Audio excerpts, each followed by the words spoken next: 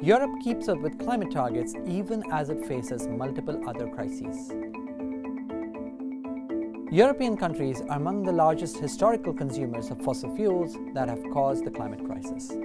That's why the continent has to cut emissions faster, giving developing countries the carbon space to pull people out of poverty and provide their basic needs.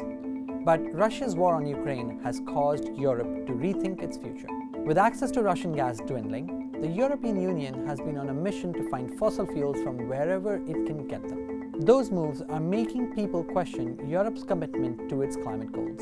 The bloc's answer to those questions is to double down. Even as its emissions are set to increase in the next year or two, it is keeping the total emissions budget the same over the decade. That means a small increase in emissions now, less than 5%, will have to be met with faster reductions later in the decade. It's not going to be easy.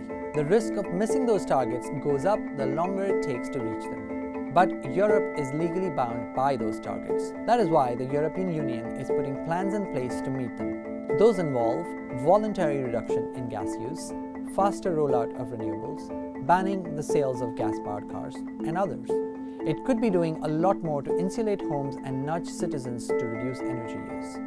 Done right, those steps will help it deal with not just the climate crisis, but also the energy crisis and high inflation. If acting on climate change wasn't already complicated, Russia's war on Ukraine has added to the difficulties.